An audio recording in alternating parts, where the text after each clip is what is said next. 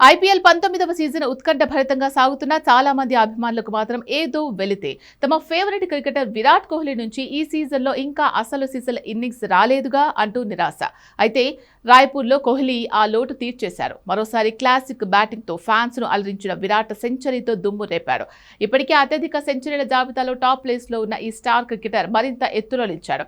కోహ్లీ కమాల్తో బెంగళూరు మరో విజయాన్ని అందుకుంది. ఈ మ్యాచ్లో టాస్ గెలిచిన రాయల్ ఛాలెంజర్స్ బెంగళూరు జట్టు కెప్టెన్ రజత్ పాటీదార్ బౌలింగ్ ఎంచుకున్నారు. Kolkata night riders opener Finn Allen 8 బంతుల్లో 18 పరుగులు చేసి మంచి ఆరంభమే ఇచ్చాడు. కెప్టెన్ అజింక్య రహానే 13 బంతుల్లో 19 పరుగులు చేసి అవుట్ అయ్యాడు. 48 పరుగులకే కేకేఆర్ 2 వికెట్లు కోల్పోయిన జట్టును అంగ్రీష్ రఘువంశీ ఆదుకున్నాడు. రఘువంశీ, క్యామరూన్ గ్రీన్ కలిసి మిడిల్ ఓవర్లలో వికెట్లు పడకుండా జాగ్రత్తగా ఆడారు. ఈ ఇద్దరూ కలిసి మూడో వికెట్కు 46 బంతుల్లో 68 పరుగులు చేశారు.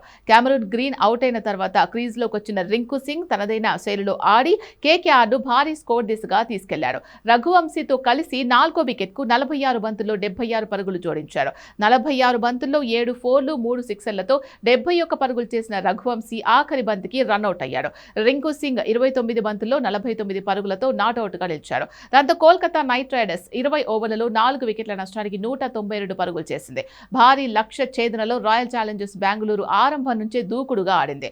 బెథెల్ అవుట్ అయిన కోహ్లీ, పడిక్కల్ దుమ్ము రేపారు. విరాట్ ని ఆపడం కోల్కతా బౌలర్ల వల్ల కాలేదు. హాఫ్ సెంచరీని పూర్తి చేసుకున్న తర్వాత మరింత దూకుడు పెంచిన విరాట్ పడిక్కల్తో కలిసి 92 పరుగులు జోడించారు. పడిక్కల్ అవుట్ అయిన తర్వాత పాటీదార్తో కలిసి 28, టిమ్ డేవిడ్తో కలిసి 23 పరుగులు జోడించాడు. ఈ క్రమంలో 58 బంతుల్లో సెంచరీ పూర్తి చేసుకున్నాడు.